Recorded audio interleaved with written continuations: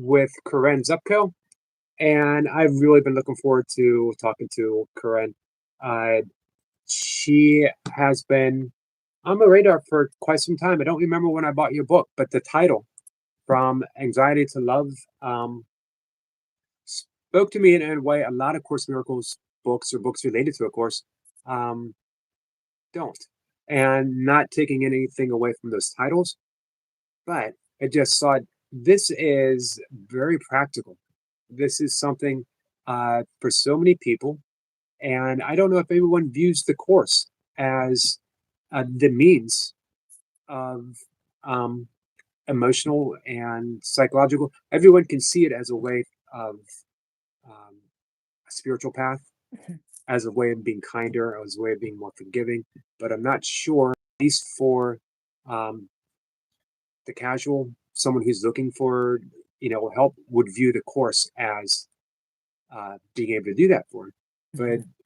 because of your own insights, because of your own background and your experiences, um, you came up, and as I told you backstage, with the inner therapist as your description for the Holy Spirit. Mhm. Um, could you let us know a little bit about your background? I know you were on your dormitory floor.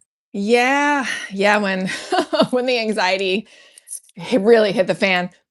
So, I was pretty much born wired for anxiety. I had already come into this world having had apparently, which I didn't know, my mom had some really terrifying experiences when I was still in utero, and we know now science-wise that there is a effect on the developing nervous system of, in utero babies. And so I was kind of already wired a bit. And the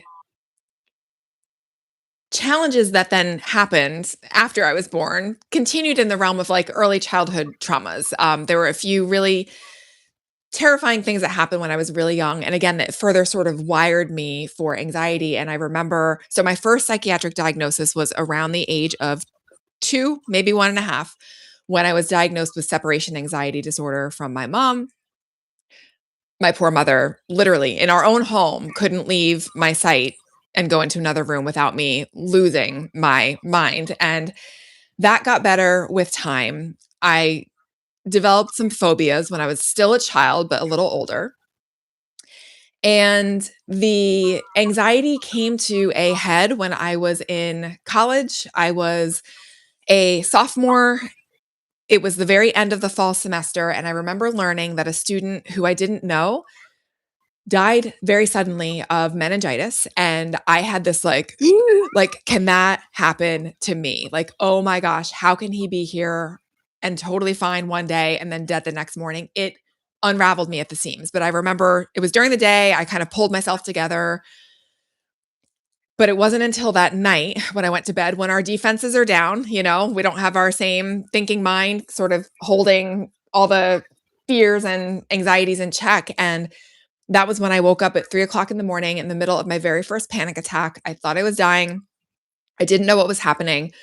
And this is like one of the first divine intervention miracles that I can remember, because I'm still like my mom. I sleep with like earplugs and a white noisemaker, like anything to blot out the noise. And she would sleep the same way. And somehow that night, 3 o'clock in the morning, through her earplugs, through her fan in her room, she heard the phone ring from across the house. And it was me, 3 o'clock in the morning on the floor of my residence hall bathroom we didn't have cell phones back then. So it was like the phone that I pulled, Right. out of my room with the wire.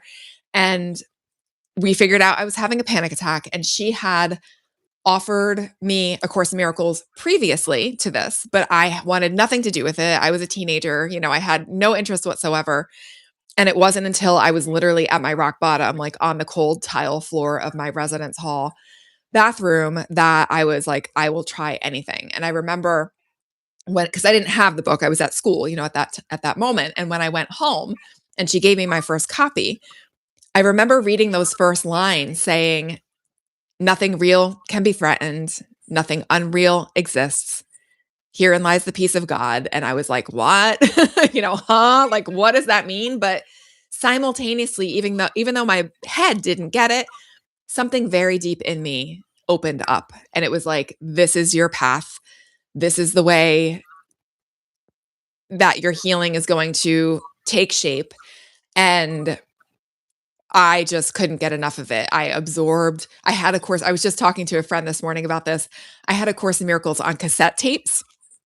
It was this big, like, I can't even fit my hands. It was like this giant, um, you know, case that these dozens upon dozens of cassette tapes were in, that had the entire course in it. And I would just listen to those in my car on repeat, just over and over and over. And that was how I learned the course. It was, driving back and forth from college to home and absorbing the course teachings. I didn't understand it all. I'd listened to it on the tape and probably didn't understand 75% of what I was listening to, but there were bits and pieces that did go in. And it was those bits and pieces that I would hang on to and work with until, as the course does, it further reveals itself. We start to open up to its messages more deeply as we release blocks to fear. So I started, and the hallmark indication that I'm sure anybody studying the course can relate to, I would underline something and then 5 years later go back to that same thing, and it would feel like I've never read it before because I'm getting it on a whole new level, but I know I read it because I underlined it. So that is sort of the ever deepening, process of A Course in Miracles. And it's taken me into places that I never, would have expected, and a lot of healing. I feel like my life without A Course in Miracles would probably be heavily medicated. I would be very anxious still. And I'm very much a human being on the path, walking the path. So I've still had challenges come up, but A Course in Miracles has given me the tools, the foundation that I've needed to really allow a relationship to develop with my inner therapist, with the Holy Spirit, with something beyond me. And one of my favorite course teachings is that if you knew who walks beside you on the way that you have chosen, fear would be impossible.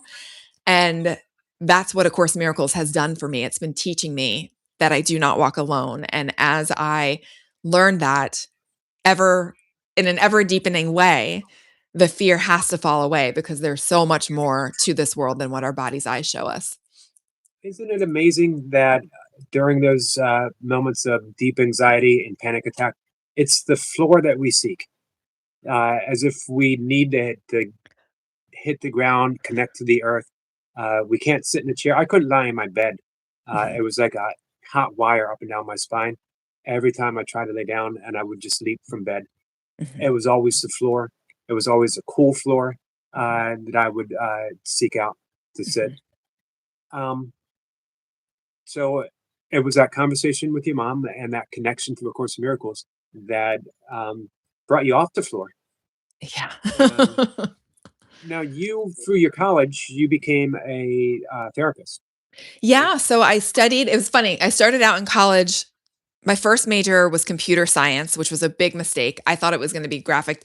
I told my school counselor I liked art and maybe like computers, thinking graphic design. And he was like, computer science is your major. I didn't know it was programming. So that very first semester, I was like, this is not where I belong. And I switched my major from there to physics because I loved my physics teacher in high school, and that was not a good fit. And then the panic attacks happened, and I was like, oh, psychology. I just happened to have my first psychology class that very next semester. And I was like, this is where I belong. And so then I went on to get 2 graduate degrees in counseling. And so I was a licensed counselor I am a licensed counselor, but I worked in a full-time position at a college counseling center for a decade before transitioning into coaching and more teaching.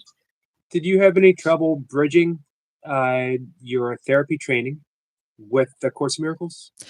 Not at all. So it wouldn't be something that I would explicitly bring into sessions because we have to follow our client's lead. And if this isn't something that they're into, we can't force it on anybody. But it would be an internal touch point for me to be willing to see the truth in this person that I was sitting with, to see them as whole.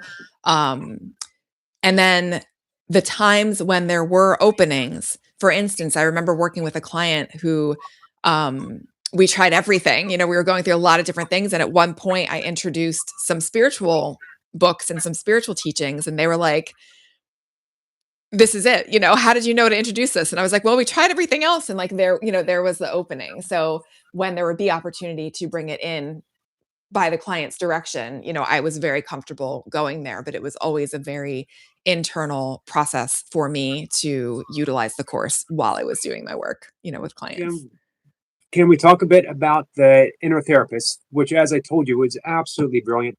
Um, as soon as I read that line, I just thought, why why hasn't this been like just a whole nother presentation on Mm, offering the course?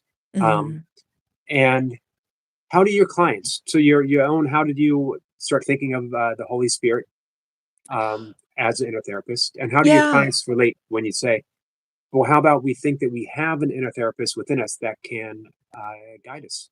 Well, it's interesting because when I was full time working for those 10 years, I hadn't written my book yet. So I didn't have that language to bring it in with those clients at the time. But as I continued on my journey and teaching in a classroom and, working with coaching clients, and then to be clear, my journey with anxiety has been so interesting. It's been a pattern that every 12 years, I seem to go through a major shakeup anxiety wise, and something new comes through. So when I first had the course, I was finding so much helpfulness from it. The anxiety was getting better, but it wasn't, gone by any means in terms of like completely healed forever and ever.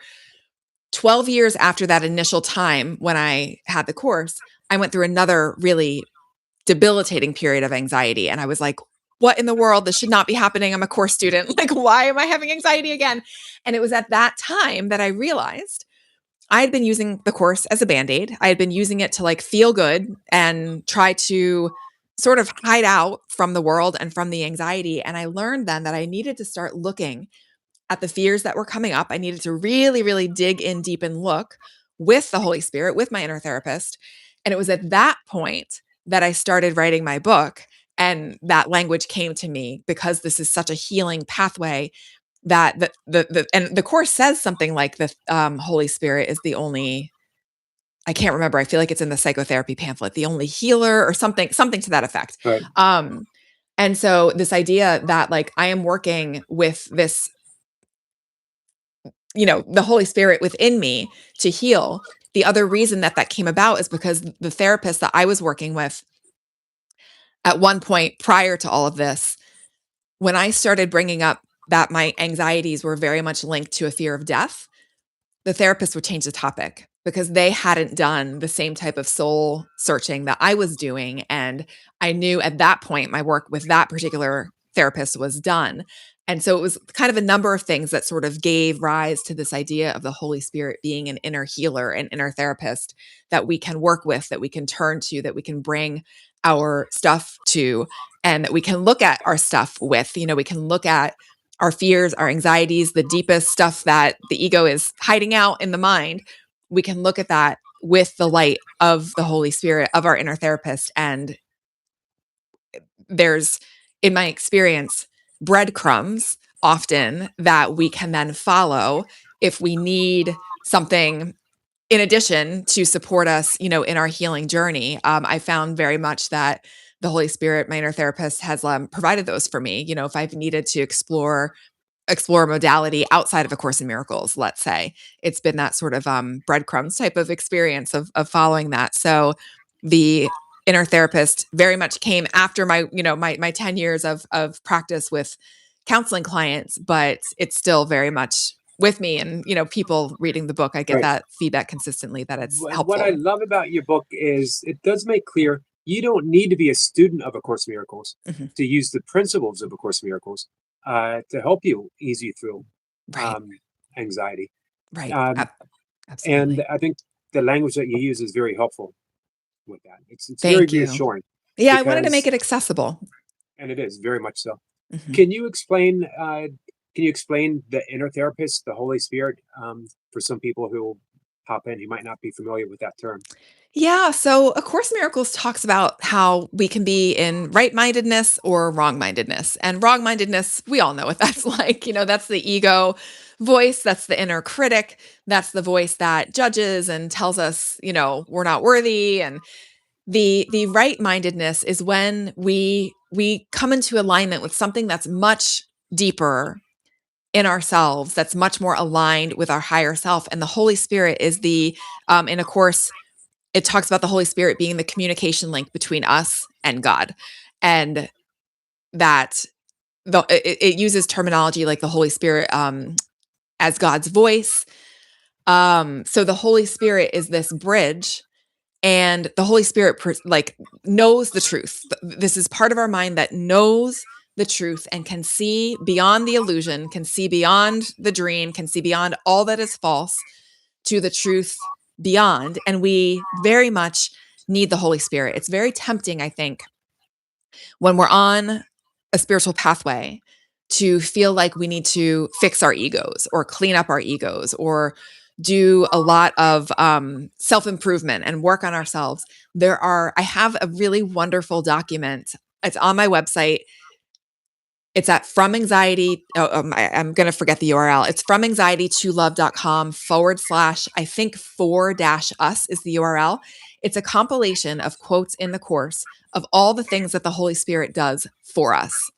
There are tons and tons of statements about the things that the Holy Spirit does for us. And we think we're the ones forgiving. We think we're the one. I mean, there are things that we do, don't get me wrong. But the Holy Spirit is everything in our healing, and we don't need to clean ourselves up. Yeah, it is / 4-us. By the way, I just opened up the page. I'm just going to read this list. The Holy Spirit undoes error for us, decides for God for us, removes hallucinations or illusions from our mind for us, keeps error unreal for us, interprets for us, accomplishes for us, judges for us. It goes on. The list goes on and on. I could read for some time. And so I recommend for anybody who's interested in diving into an experience of how loved and how cared for we are, all the things that Holy Spirit does for us, check out that list on my website. It's a post, and then there's a downloadable PDF linked as well. Speaking of your website, you give an amazingly amount of stuff away for free. I mean, things that are they're not giveaways. They are things that could be your book on the clairs, your ebook, could easily be just a book on its own that people would pay quite a bit for. Your course, your mini course, that I'm about halfway through right now, is absolutely amazing, and all of it is absolutely for free. What a great service! You remind me of the great prayer, "I'm here only be truly helpful," and I appreciate that so much. Thank you. Our friend. Um, by the way, if anyone has questions, feel free to ask. I will breeze through the comments, and I will find you for sure. Vicky Poppy is here.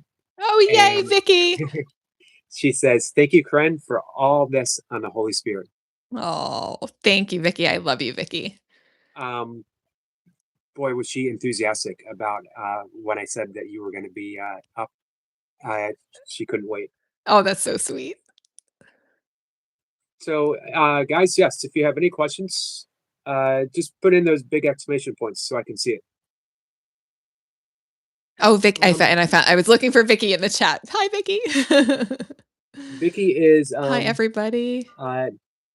Illuminational National Arts LLC. Got it. So you'll see it. Let me give her one of those blue wrenches so she'll stand out a little bit more. So the Holy Spirit is our inner therapist, and a lot of times we think that we need to use that internal therapist or the Holy Spirit to suit up and go to battle against the ego. That it's a win or die type of situation, and that the ego is the enemy. but that just creates a whole lot of internal conflict, doesn't it? It creates a whole lot of tension. I'm so glad you brought that up because that I think is a very common, thing that we can fall into with thinking that we need to overcome and push and, squash the ego. And I found that when we approach the ego with that energy, we're only meeting ego with more ego. It only fuels the resistance and the tension further. So being able to soften and be non-judgmental and see our ego without judgment. Just, hey, it's this is what the ego does, it's doing its thing. And I'm willing again to turn to the Holy Spirit. I'm willing to see this differently. I'm willing to express love. Meeting the ego with love instead of angst or tension or anger or pushing back disarms it. Whereas if we're meeting the ego with that same sort of ego energy, it just fuels it. And I've walk this 1,000 times. So I'm very much speaking from experience here. And we get very frustrated with ourselves, especially I think as course students or anyone on a spiritual path. Of I should be better. I should Mhm, know this by now. I shouldn't get upset. mhm, And we ourselves can do a whole lot of bypassing, mhm. but the Course in Miracles never ever asks us to bypass anything. Right.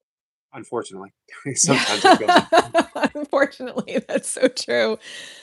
I'm so glad you said that because in my own journey, that's what I was doing in the beginning in my journey with the course was bypassing. I wanted to just feel good. I wanted to go straight and I would go. Now, let me back up for a second.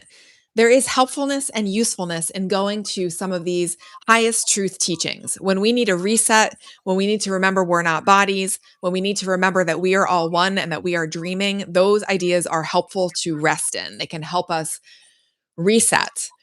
And then if we are also going there and ignoring the lived experience of our lessons. The course talks about how we have a highly individualized curriculum. Every single one of us has a highly individualized curriculum, and no two course students' curriculums are the same.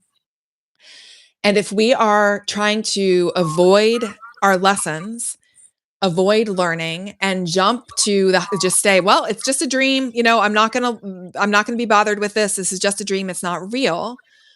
We're actually missing out on an opportunity for healing. A course talks about how we're not asked to build a haven of isolation for ourselves and hide out in that haven of isolation.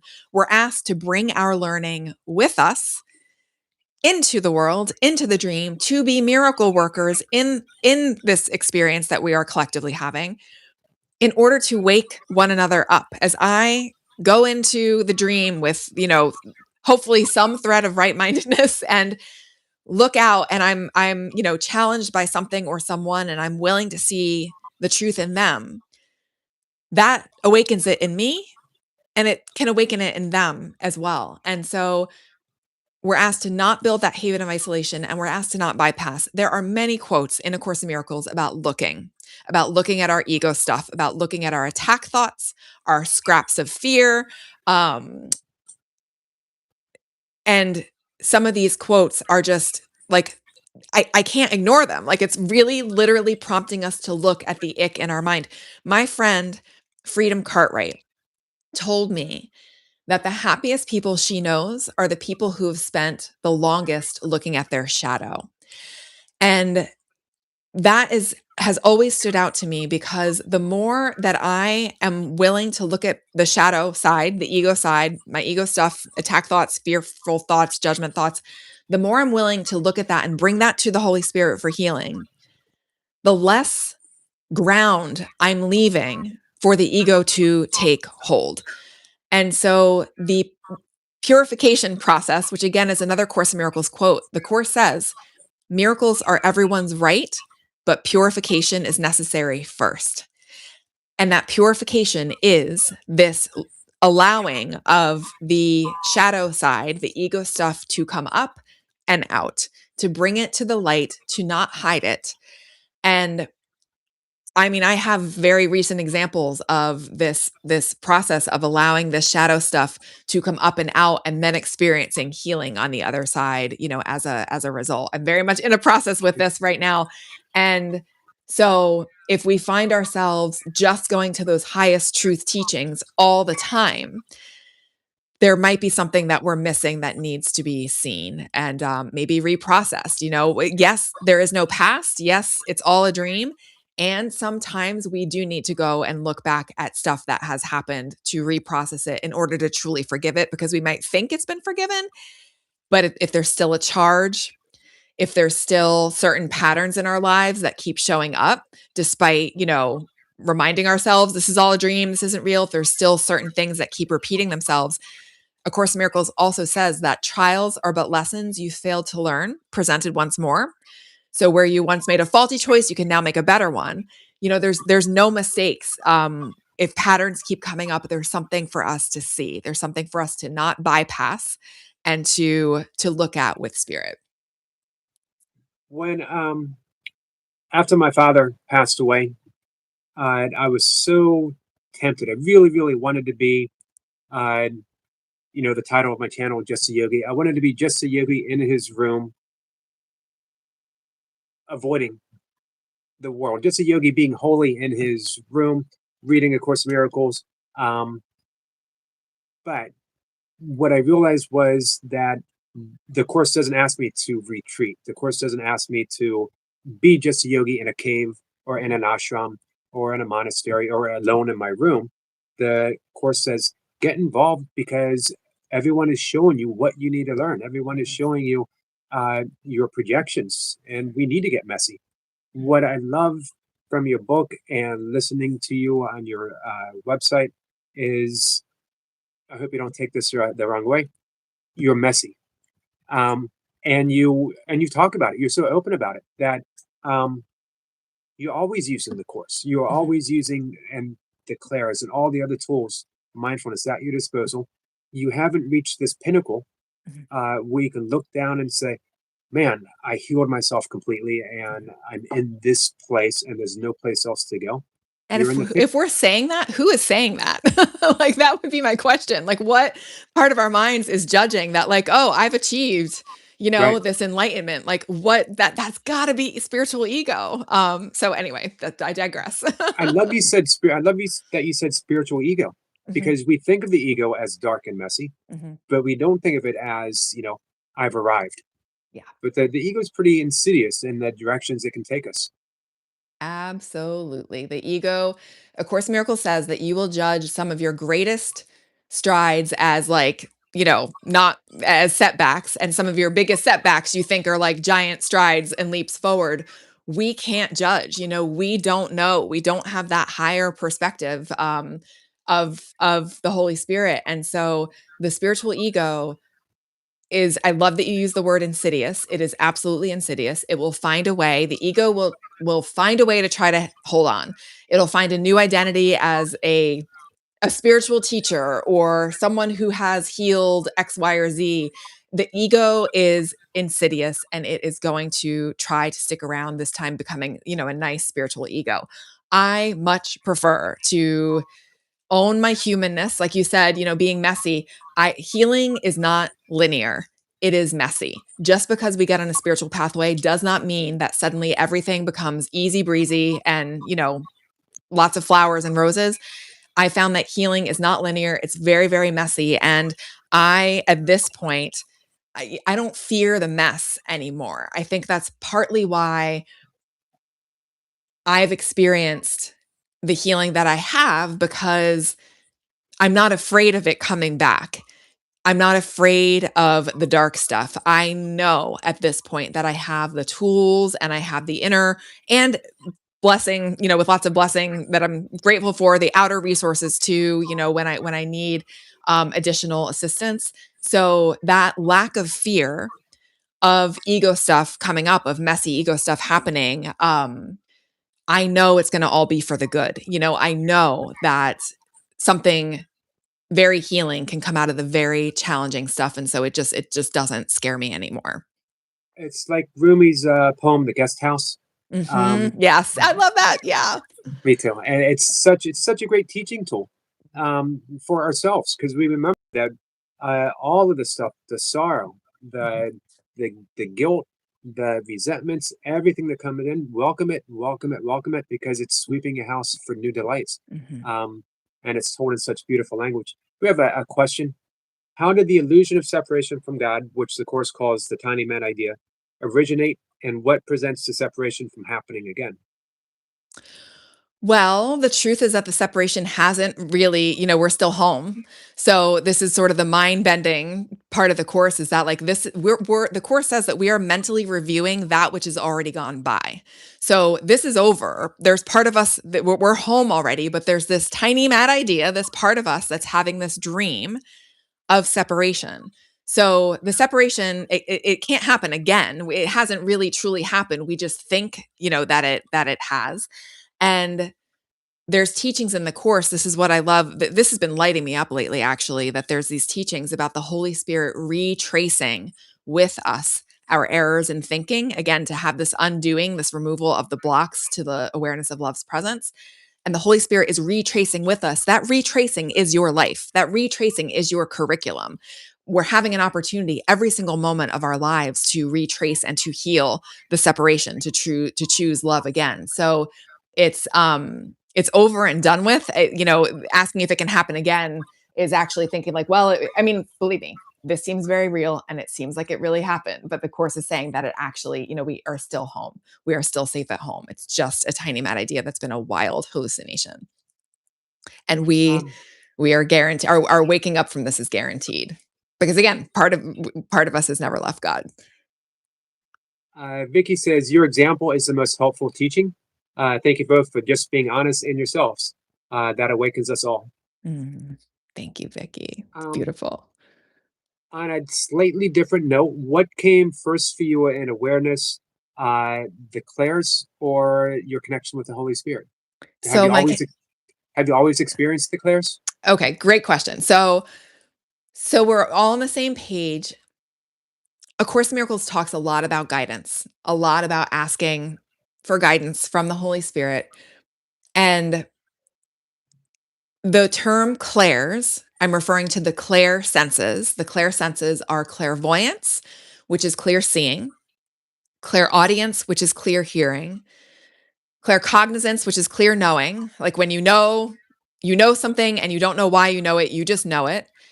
And clairsentience is clear feeling. When you have those intuitive feelings about it could be about even feeling the love of God, or it can be something about the world, like you just feel something is happening and sure enough, you're accurate. So these clair senses, I believe, are what A Course in Miracles is referring to. There's a section in the manual for teachers called Are Psychic Powers Desirable? And I believe that what the Course is talking about when it's talking about psychic powers are these clairs, the clairvoyance, clairaudience, claircognizance, and clairsentience, because there's ways that those might show up in very specific manners. And so we are all born clairsentient. We are all born as babies. We don't have language yet. We don't have the ability to understand language or speak language, but we feel the vibe around us. And there are stories about, I remember my mom telling me a story from the magazine Reader's Digest. I remember this is like back in the 80s. It was a story in that magazine about how a young child went into her younger sibling's nursery and spoke to the baby. And so this young child says to the baby, "Can you remind me what God feels like? I'm beginning to forget." So we even, had that connection when we were babies still of this very clear channel to the truth, to spirit. So we all have this channel, these channels of guidance through which spirit speaks to us. We've always had them. I didn't have the language for them. So in a sense, they've the clairs have always been there and the connection with the Holy Spirit has always been there because in a sense they're one and the same. But as I developed my relationship with Holy Spirit and began to trust my individualized curriculum and the lessons that were coming forward, I went through another really challenging period, 12 years. So it was, got the course. 12 years later, difficult period. 12 years after that, another difficult period that would have put me at like 2021. And it was at that point that I had a number of things happen in the realm of mystical experiences. And we mentioned Mother Mary, and we could talk about that. that was when I had this opening and got into some training programs and learned more about these clairs, and then started making these incredible connections that these are the ways through which spirit speaks to us. So, as course students, we know we're not our bodies, and it can be really tempting to think that the Holy Spirit speaks to us only through our mind, which we equate with the brain. The whole body is in the mind, not just our heads or the brain. The whole body is in the mind. So spirit is going to speak to us through our entire bodies. And that includes all of the clairs, because the clairs have an association to the chakra system in the body. And this is getting, this is stepping away from A Course in Miracles teachings. But I found it incredibly helpful because as I have continued in this messy journey of healing and bringing the hidden shadow to the light, I've only found that those clair senses have become stronger. So for any of us listening, you have all the clairs. All of us have all of them. Some might be a little bit more dominant than others. So we might be very strong feelers where we can just intuitively feel a lot. We might have that really strong just knowing sense, or we might get pictures and images, or with clairaudience. Helen Schuckman, the scribe of the Course, is probably an extreme example of someone who had clairaudient abilities, because she literally heard a very distinct inner voice that dictated A Course in Miracles to her. But for most of us, if you're a speaker, a teacher, a singer, a musician, a creative, in any way, an artist, that creativity coming through you and out, that is your clairaudience. Those are clairaudient impulses, and your expression is an expression of that clairaudience, because those impulses, those inspirations are coming from a very, very deep place within you. So And yeah. you've used in both your mini course and in your uh, ebook, you mentioned the language that you use can reflect the clair that you most the strongest clair that you associate with. That, Yes. as you said, like if you say in a conversation, "Oh, I see what you mean," or Mhm. "I hear what you're saying," Mhm. then you're getting clues as to Yes. which one. Yes, I have so for anybody listening, you can get this ebook at FromAnxietyToLove.com/ebook. And it's a free download on my website. It will end up being on Audible. So I've recorded the audiobook, and it will be up there probably sometime in the next year, in the new year.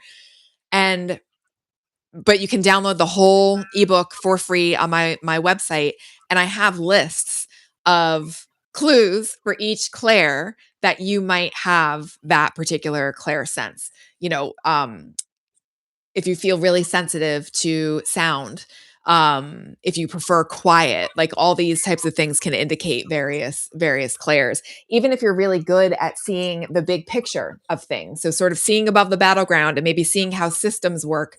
CEOs tend to be very clairvoyant because they have that ability to sort of see the big picture. And it's not the same type of clairvoyance that we think of in terms of pictures and images, but it's still an aspect of clairvoyance. So I have lots of lists for people to review in that ebook to figure out which clairs are dominant for you. I've been giving this a lot of thought since I dove into your ebook and been doing the mini course, and I sort of feel that maybe the course gives us this foundation, and then they mention it in the manual for teachers, as you said. Um, it prepares us to explore this stuff. That it Yeah. doesn't deal with this stuff because first we need to be grounded. First we need this spiritual backbone. Mhm. But then it says, now that we have this, we can explore it safely. It won't be. It will no longer be an ego gift. Mhm. It's going to be a true spiritual gift. Mhm.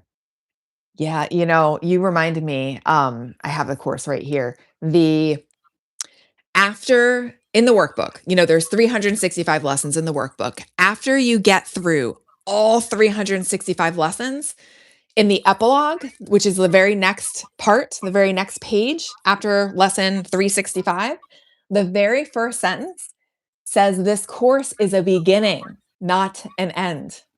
So it's literally a launch point. It's literally a opportunity to stay connected to the Holy Spirit and to follow the Holy Spirit in your individualized curriculum in terms of where it might bring you. So these clairs, as they can get stronger, absolutely can be, they can, there's a big temptation there for the ego to want to misuse them, to make itself special. Look what I can do. But used properly, given to the Holy Spirit, they're helpful. They're helpful, and they're really helpful to show us that we do not walk alone. When you just said that, I had this huge smile start in my heart and then start making its way to my face. That you just painted this big invitation to the adventure of lifetime. That now that we have, and it's not a finishing point. You don't say like I'm done uh, with my forgiveness lessons. That Mhm. Right. that I've reached this pinnacle. Right. But at a certain point, as you said, um, you know, now we dive into the world and we have this incredible adventure and we have these tools at our disposal. Some of them brand new. Some people might not realize that through practicing forgiveness and through following the guidance of the Holy Spirit, that our gifts are now open and ready for us to take it to that next level. Yes. I noticed that you have Liz Cronkite coming on, I think I do. next. I love Liz. I love her work. I've been following her for a very long time. And she, when a lot of this was emerging, closer to 2021, I was very insecure about teaching any of this to course audiences because I was like, I feel Me like too. I'm going out there, I'm rogue, like I'm going out there talking about these things that might not be well received. And I had to work through that because that was, again, that's part of showing me what I need to work on was my own insecurity and my own questioning of my curriculum and what was coming through me. And as I worked through that and got very clear and more, very clear that this is what I'm supposed to be offering, Liz, I remember the day. It was this synchronous experience. I was prepping for a conference talk, and it just wasn't coming together. And I can't remember my exact thought, but I opened up my email and there's this blog post from Liz Cronkite. And this is from her post. It's called If You Are Disappointed in ACIM. She talks about two types of course students. And she says that most course students, we begin pretty much the same way, sticking to its theory and its suggested practice, often for many years. There's certain changes that occur in students thinking right away, but it would be hard to tell one student from another, meaning we're all sharing the same language, we're doing the same practice in the workbook, and we might be guided to stay with that. That might be what we feel moved to stay with because it's in our path, it's our curriculum. But then she goes on to say, and then this is what was so personally, like, it felt so validating for me, and it was that little extra push that I needed to let go of any remaining fear about teaching any of this.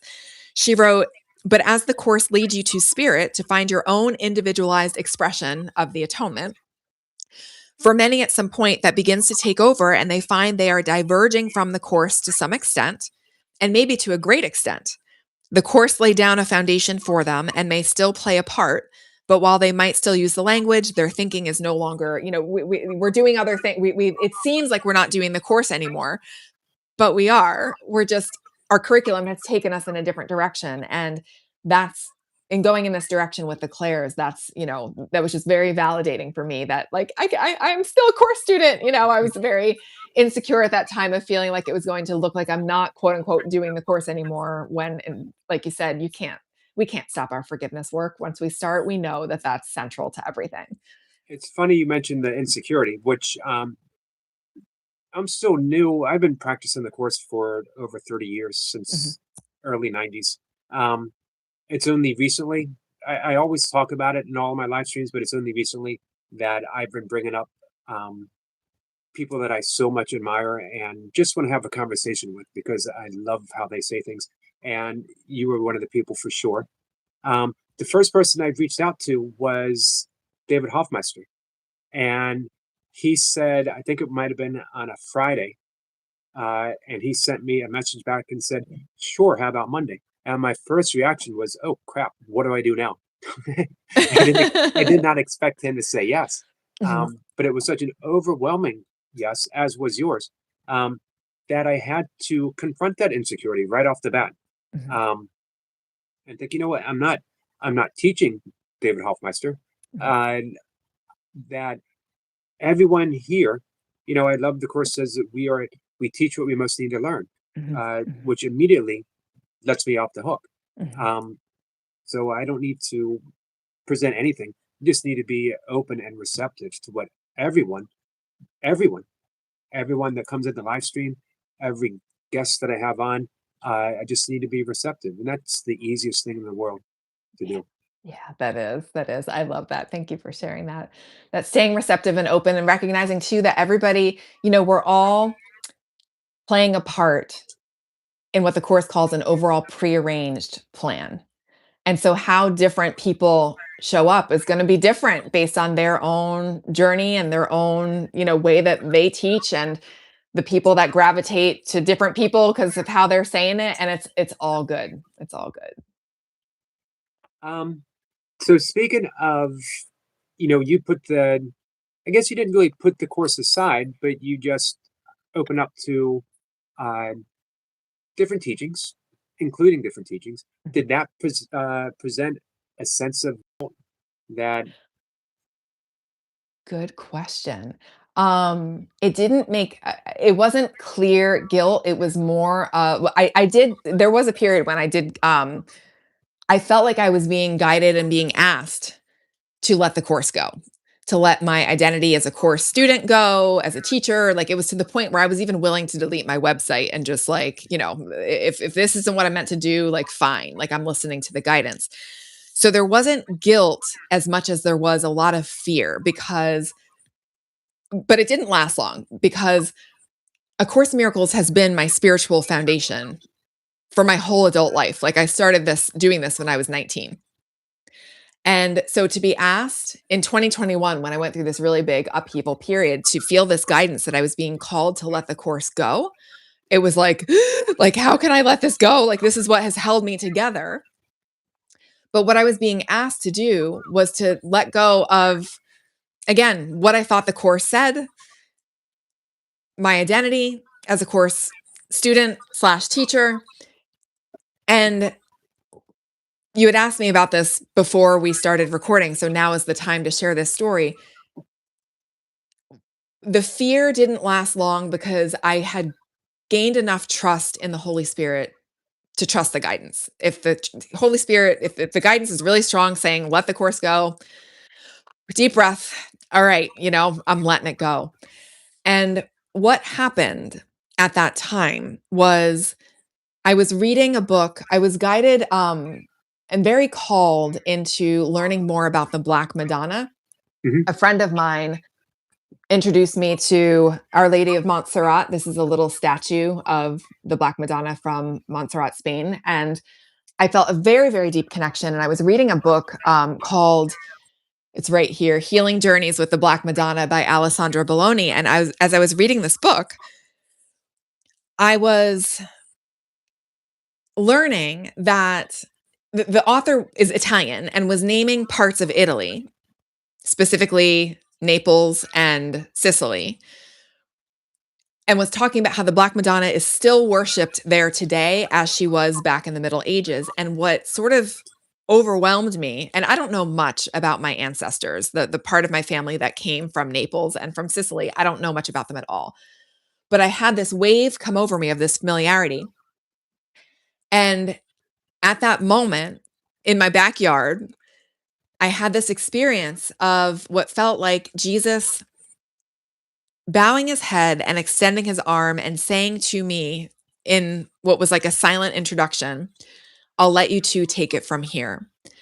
And that was when I had this overwhelming, powerful experience of what felt like divine feminine energy of Black Madonna, Mother Mary, like the experience of the energy is much greater than any identity or any words that we can, think of, but it was distinctly feminine. And I felt, you mentioned that we go to the ground, when we're really struggling, it's like we're brought down to find grounding. And a series of things started happening at that time where I was only finding relief when I would literally be laying outside and like touching the grass, like on the ground. I felt like this feminine presence was bringing me out of my head and into my body. And what occurred to me was this insight that came was that our bodies are of the earth. Our minds are of God. Like our bodies in this illusory world, the physical body is no different than a tree body or an animal body or a piece of grass body. Like it's the same substance. And that connecting with the earth and getting really, really present and grounded actually had a relationship to the clairs. The more present and grounded I could get, if you think of a tree and the deeper the tree roots can go into the ground and the wider the roots spread, the wider the canopy of the branches can open. And in my experience, that's exactly how it works with the clairs. The more present and grounded we get, literally with our feet on the ground. There's a quote in the text, the less edited editions of A Course in Miracles. It says Jesus is talking about Jean Dixon, who is a psychic or an astrologer, I think from the Mhm. 70s, or I'm sorry, I don't remember what year, but this quote that Jesus references in that material is Jean Dixon was right in her emphasis on feet on the ground, fingertips in heaven. And that's a teaching that stems from indigenous teaching. So it's a teaching that's been around for a very, very long time. But it hit me in a whole new way that bypassing my body just to go up to these higher truth teachings, again, at times is super helpful and it's what's needed. But what I'm called to do right now is to drop into the present, drop into the body, because another thing that my friend Freedom Cartwright taught me is that the ego hides trauma in the body because the body is in the mind. So if I can be that present and that trusting to be able to look at old conditioning, old patterns, old trauma, old stuff that's stored in my system. And I use the chakras as a template. So we're talking like root chakra stuff right now. That can show me what needs forgiveness in my mind. And there's actually a course quote. I just want to bring this up really quick now that I'm thinking of this. I was searching for this quote for such a long time. And then my friend Joe was like, "Oh, I know exactly where it is." And he pointed me to it. It's in the psychotherapy supplement. And it basically talks about how you can trace sickness back to an unforgiveness in the mind. So it's almost like a reverse engineering of like looking at what the symptom is and like then using that as an opportunity to heal what's in the mind. There is an ego rabbit hole here because we can get lost in analysis paralysis. But to me, this just spoke to the fact that I can use a template, like the chakras, to help me uncover the forgiveness that needs to happen in my mind. This quote says, "Sickness takes many forms, and so does unforgiveness. The forms of one but reproduce the forms of the other, so they are the same illusion." Excuse me, for they are the same illusion. It says, "So closely is one translated into the other that a careful study of the form a sickness takes will point quite clearly to the form of unforgiveness that it represents. Yet seeing this will not effect a cure. This is achieved by only one recognition that only forgiveness heals an unforgiveness, and only unforgiveness can possibly give rise to sickness of any kind." So still, it's ultimately about forgiveness, but based on where we are in our journey, there can be some usefulness here in allowing, whatever the symptoms may be, whatever, again, with the chakra template, that's about as specific as I, get when I do this, is like using the chakras as a template to help point me to what needs healing in my mind. And so that's been a very powerful experience, recently. And I went on a huge tangent and don't even remember what your question was. So That's okay. Um, you mentioned way at the beginning that uh, the course is about removing blocks to love's awareness. Mhm, So um, it seems to me that the clairs get more developed the more that we forgive because we're mhm, removing those blocks. So these gifts that we've been given, psychic gifts, or any other name, in yoga they call them the cities. mhm, Those they're all the same, and you can meditate for 20 years, 30 years, and start developing these gifts. Some people have them well developed right from the start. mhm, Um, or what has always appealed to me about the course is it's the quick way of removing those blocks. Yes. That forgiveness is an instant Zen experience. Mhm. It puts you in this moment. I either forgive or I don't, or I hold on to my resentment. But when I do forgive, I instantly feel better, even if I have to forgive again the next day and the next day and the next day. Um, and I keep chipping away at those fears, and those clairs will keep coming through, and they steer you in in the next direction, which brought you back to the Black Madonna and that divine feminine. Yeah, yeah, yeah, and that's the breadcrumbs, like, that things happen, and then we have, as you're describing, the clairs get clearer, and so we might have, like, that vision or that knowing of what that next step is that we need to take, and we follow it, and that's our curriculum, and that's how we really learn that we're not walking alone. We have a question from Cat and Jack. He says, "Where would you start to uncover the unforgiveness that manifests as back pain?" So that's a great question. So this is what I meant when I say that, like, I don't get super specific. There's a book, I think by Louise Hay, that came out a number of years ago that linked different physical symptoms to, and I think she gave like mantras or something to, repeat to sort of help in that direction. I haven't worked that specifically, but with back pain, that might prompt me to ask, knowing the chakras have a front side and a back side. And the back side of the body, in my training, which was through the School of Intuitive Studies, um, the back side of the body is can be conceptualized as like literally leaning back and trusting God. Like, this is our ability to lean back and trust and receive that divine guidance through the back body, and the front body is how we interface with the world. So with back pain, it might be an opportunity to look at, my goodness, I mean, the opportunities to, to ask questions are endless. This would be something to ask really the Holy Spirit, because I don't have like the specific answer, but to say, like, what is this showing me about what I believe? What is, that, and an answer to that might be, I really do believe I'm a body. Like, this pain really does feel very real, and help me look at this belief that I really do believe I'm limited to this separate sense of self. It might be because I mentioned the back side of the body, and like imagining sort of leaning back and trusting. We might want to prompt ourselves to look at ways that we're not trusting. Where am I feeling like I need to maintain control? Um, where am I not turning over to Holy Spirit? What am I keeping to myself? So I tend to step back from the actual like physical symptom to think more broadly in terms of the chakra system. What might that prompt me, to look at there from what I know about the chakras? And I do touch upon briefly what the chakras, what each of them corresponds to in the ebook, that anybody is welcome to access. Our friend Mustafa asks, "Is clear intuition a vision of the soul or an ego strategy to avoid anxiety?" That's a great question. So I clear intuition when it's coming. I don't think that the ego has its own intuition. I think that the ego can misuse the intuition that comes in for any number of things.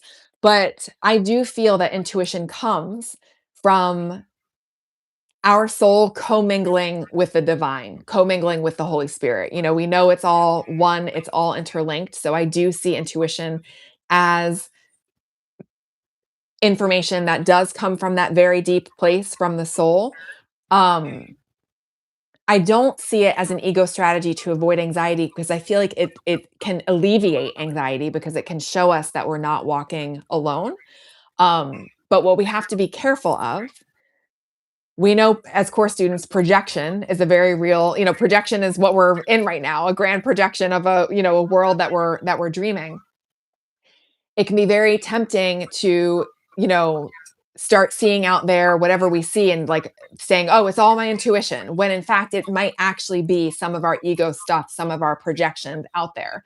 And one of the indications that I will use to try to distinguish, is it the ego or is it intuition, is that a projection that's coming from me is probably going to have my stuff wrapped in it somehow. My judgments, there might be an agenda wrapped in there. And that's where I have to be really, really clear and honest with myself about my ego stuff, because I need to be able to, use that to discern is whatever is coming forward, is that of the ego or is this intuition? Because like I said, projection is a real thing. So I do think that clear intuition is never avoiding anxiety. It's showing us that we're not walking Yeah, alone. it's a very, very important. I just, for some reason, I just got this like nod of. Uh, I've mentioned before to guests that sometimes it feels like uh, I've had a guest come on who've had a message for me, and I don't know what that message is until I hear it. And I just felt like I heard it Mm. from you with that. So thank you very much. The same questioner, Mustafa, said, Eric, tell your guests that all of your subscribers are very happy to hear uh, her words and appreciate them. Oh, blessings. Thank you. Um, It's an honor to one, be here. one thing I wanted to touch upon was you had mentioned, and I really found this fascinating, that even though the words in A Course in Miracles are very masculine in presentation, that you feel uh, there is the divine feminine, Mhm, that mhm. the energy of Mary is what Mhm. animates the pages. Yeah. Yeah. Um, Reverend Celeste Frazier, I interviewed her on my podcast about the Black Madonna some time ago, and that's anybody can listen. It's on Apple Podcasts. It's on all the major podcast platforms. It's called From Anxiety to Love, just like my book. And I remember Reverend Celeste saying that the Holy Spirit, like the feminine energy, it appears between every word. It's like something much more subtle than like than the words that we're reading, but it's like the energy between the words. And so I feel like that,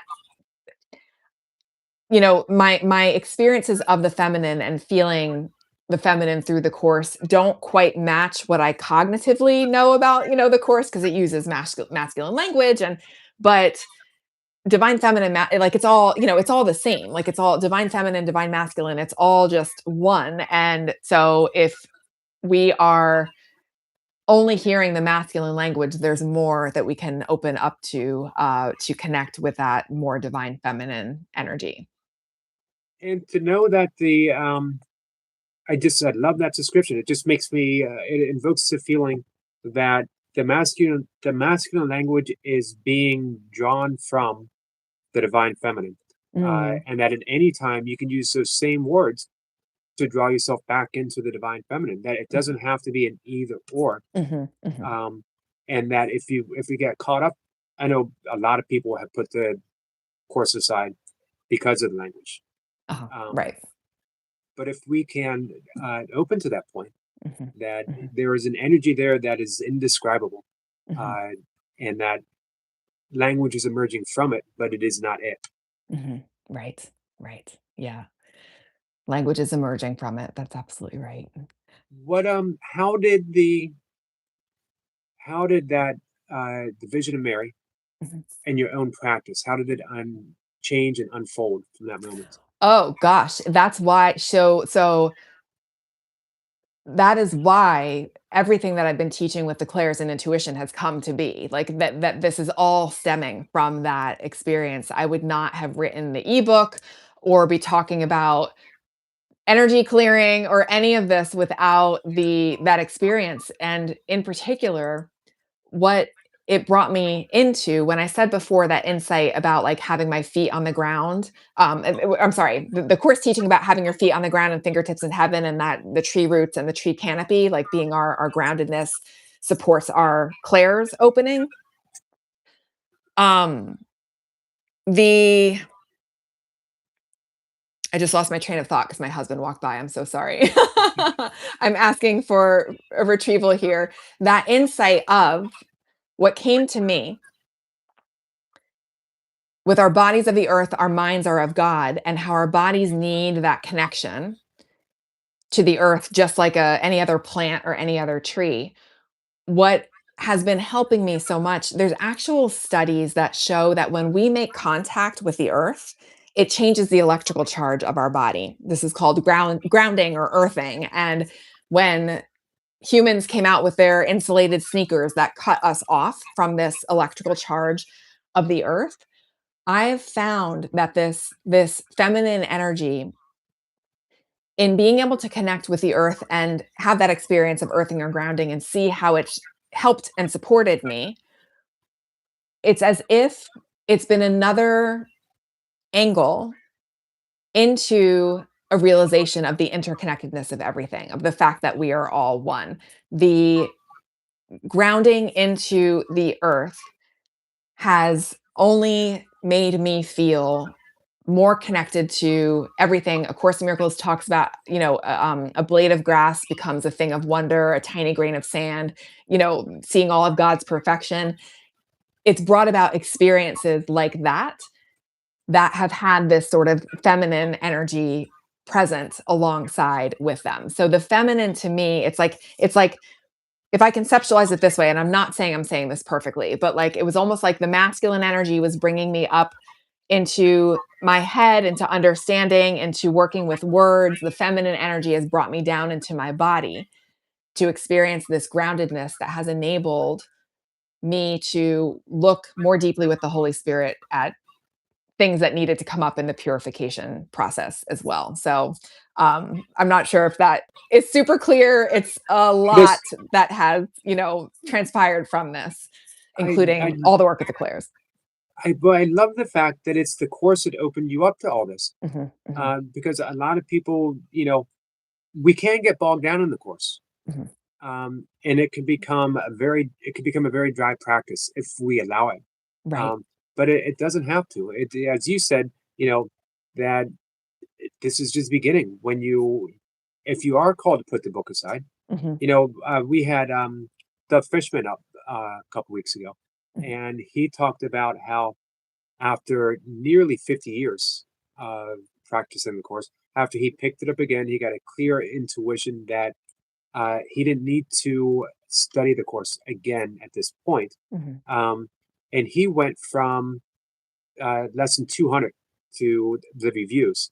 Mm. Uh, and he felt that those 20 lessons that all contained, I believe all 20 of them, I am not a body, I am free, for I am still as God created me, contain the essence of the entire course. So Mm. after you've been through it, however many times you might feel guided, Hmm. and you might feel guided to pick it up again Hmm. and do it again. Hmm. Um, but don't ever allow it to become dry, a still Right. practice that disengages you Right. from. It's so easy to think everything's a dream. Why should I put my feet in the illusory ground? Hmm. Because you have illusory feet that need to Hmm. touch their origins sometime, Right. um, and it feels good. And we can't deny that feeling good in a world that sometimes gives you so little to feel good about. Hmm. Hmm. Sometimes Hmm. these little things can become everything. Yeah. Yeah. I agree. I completely agree. The, what you say about allowing the course to become dry, there were times when I felt like I stagnated with A Course in Miracles. I was doing the lessons and doing, the forgiveness work, and it felt stagnant. It felt like I hit a plateau where nothing really was happening. I was happy and peaceful, but I was like, this can't be all that the course is about. And that's where like I needed this grand like flushing of like, okay, let go of everything you think you know about the course. We're letting go of everything, and we're going to let something come through. And so I encourage everybody, yeah, if you ever feel stagnant or it starts becoming dry, um, lean into that, look at that, and know that you really we can't shy away or fall away from our curriculum. I feel like once we start the course, it's in it's in us, and we can continue to talk to the Holy Spirit, even if we feel like we're putting the book down for a time being. And those are the two things that we carry with us: is the Holy Spirit, um, and the lessons of forgiveness. So Mhm. even if we did put the book itself aside, those stay with us through everything. Right. Um, my own experience was after decades with the course. Uh, I fell very deeply into some non-duality practices, and they were very valuable. But in the end, they left me. The wonderful thing about the first 50 lessons of the course is it takes away so much of you, Mhm, but then it starts filling you up and filling mhm, you up and filling you up. Um, and some traditional non-duality practices do the same. So mhm, we almost get to this point of feeling uh, almost like a crisis. We get stuck in the emptiness mhm, and mhm, not realizing that emptiness is really capacity, and the mhm, role of capacity is to hold. mhm, Um, and what we're holding now is God. mhm, So a lot of those non-duality approaches, there's the debate: is the course non-duality or not? mhm, Um, and it is, but it doesn't end with the experience of emptiness. It ends mhm, when that emptiness is now filled up with only God. mhm, mhm. There's a course teacher, his name's Paul West. He posted something about this debate, and I just remember the first few lines of his post that the course is trans dual. It's both. And I've always thought that, like, we can get lost in a debate on is it a non-dual or not. And I was like, it's going to meet us where we are. I think Right, I'm a body right now. Like, if I'm honest, I wake up every day thinking I'm Corinne. I still take vitamins. I still, when I truly know that I'm not Corinne, these things would fall away. I am guessing, I don't know if you've read Autobiography of a Yogi, but that book has just done so much for me. I see so many parallels in Autobiography of a Yogi to A Course in Miracles, and the yogis that Yogananda describes throughout this work. I used to think that Jesus was the only one who resurrected. He wasn't. He may have been. The course says he was the first to do his part perfectly, so I don't know beforehand, but these yogis in Autobiography of a Yogi are Yogananda is describing the resurrection of his guru, the things that his guru, transmitted to him. And it does feel like it is absolutely going in the realm of non-duality. And the course will meet us, where we are. I believe I'm a body right now. And I do also feel like there are references, there are references to the sons, plural, and the son. It's both, plural right. and many, excuse me, plural and singular, one and many, in a way that I just don't think our brains can understand. I think it's like a fractal. When you zoom out, you see that fractal, like it's just ever expanding. But as you zoom in, it looks like there's little individuated aspects, but like they're all connected to the whole. So I like that idea of it being trans dual. I sort of liken it to the Heart Sutra in Buddhism that emptiness is form, form is emptiness. Mhm, With and the word that we sometimes gloss over, we love that emptiness, is form, and we mhm, love that that form is emptiness, and it sounds very mystical. mhm, But we lose sight of the word is. It's mhm, not saying that emptiness becomes form, mhm, or that form regresses back to emptiness. It's saying that right now emptiness is form, mhm, that what appears to be uh, duality is in fact non-duality, and at the mhm, same time what appears to be non-duality is in fact duality. So mhm, that the important word is changes everything. It's the mhm, same with, I remember, for some reason glossing over the I think it's in chapter 5 in the text that um, the Holy Spirit is the voice for God. And for some reason, I always read it as it's the voice of God. And I think it's both. I think it has both references. you think so? I think so. Yes, I do. But changing it to for changed so much for me that it's the Mhm, voice for God, mhm, because the mhm, voice of God is very commanding. mhm, Do mhm. this.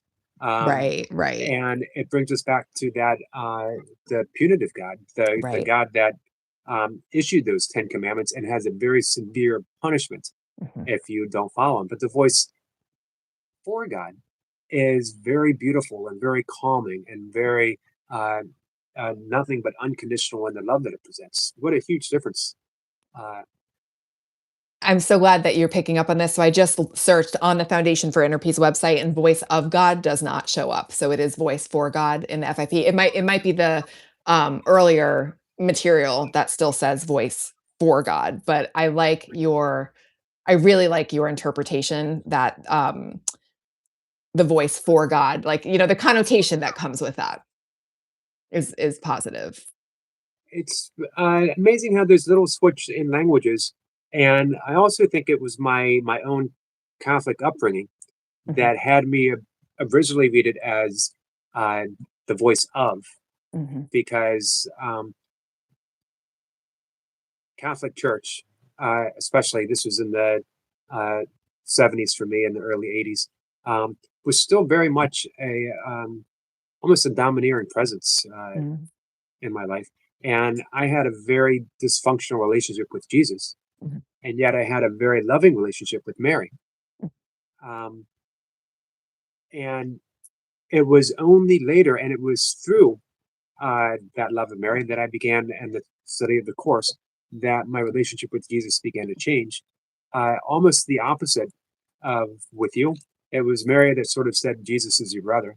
mm, Um, and with you, it was Jesus said, I want to introduce you to mhm, the divine feminine. wow. Yeah, yeah, Have you amazing. ever looked at the work of Sophie Strand or Clark Strand? No, I have not.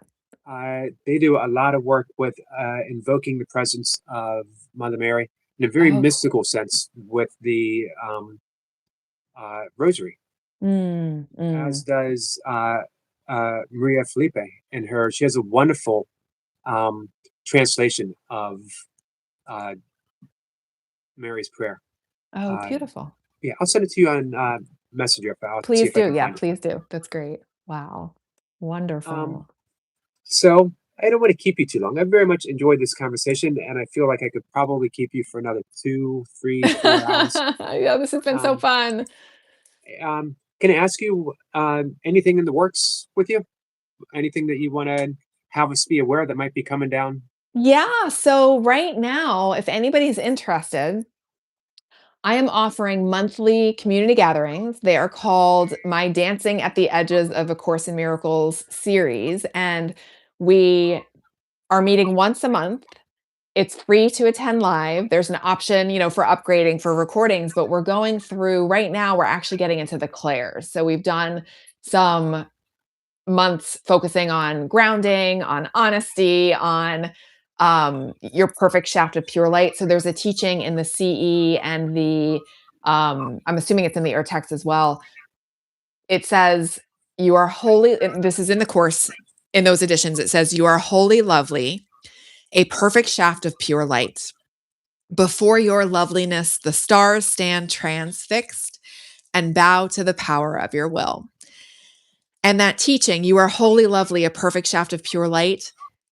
I've very much incorporated that into my energy teaching work because from an energy perspective, we all have a central channel. It's that central meridian in the body. And it's, almost this parallel that we can use as a perfect shaft of pure light to start to identify more as a soul than as a body. So we do there's a class about that. We just did clairsentience. Claircognizance is going to be happening in December. So if anybody wants to check that out, again, that would be on my website at FromAnxietyToLove.com/gatherings. So that's an ongoing thing that anyone is invited to join. There's my ebook. I mean, I have a number of other things that will be coming. I have more ideas than I can possibly execute, in a short amount of time. But those would be some relevant things that people might want to check out soon. I want to mention again the amazing amount that you give away so freely and with so much love. I hope everyone visits your uh, site, and I will certainly keep recommending people, Thank uh, you. not just to your site, but to your wonderful book, My which book. serves so many purposes. It's a beautiful introduction to the course itself. Mhm, mhm, Um, it can also, uh, after 30 plus years, um, it was a new unfolding, seeing the course in a new light, especially in mhm, terms of the mhm, inner therapist, mhm, um, which made it so much more intimate. mhm, Therapist is someone that we confine everything to. mhm, So sometimes I think that we can think of the Holy Spirit as a very powerful force, but it's a little remote maybe for some people. Right, right. But the inner therapist, I'm sitting on a couch and I'm telling you, I'm telling my inner therapist all of my secrets, Mhm, everything that I think might be hurting me, mhm, that I might even be too ashamed to bring to the Holy Spirit, but mhm. not the inner therapist. Right, Um, right. this is an important work, and Thank you. you are a very important teacher. And again, after decades of my own practice, I hold you as a teacher to me. Uh, Thank you. Thank you so much. It's an honor, absolute honor. Thank you so much. I'm grateful for what you're doing here and all the teachings that you're bringing to your audience and all the things that you do. And just thank you again for having me. It's been a lot of fun and a lot of joy. Thank you, and I hope you come back, and I hope Yeah, we get to talk. that would be great. Um, and all right, guys, we're gonna say goodbye. I'll be back. As I mentioned, I'm live 3 times a day, so I'll be back one more time. Um, and we were probably gonna unpack a lot of what you offered, Awesome. and I think in the coming weeks because it has been so open and giving, but so packed full of Mhm. um, lessons that I think we're going to be unpacking it for quite some time. Awesome. Thank you again. Wonderful. Thank you, Eric. Thanks, everybody. Bye bye. Bye, guys. I'll see you later.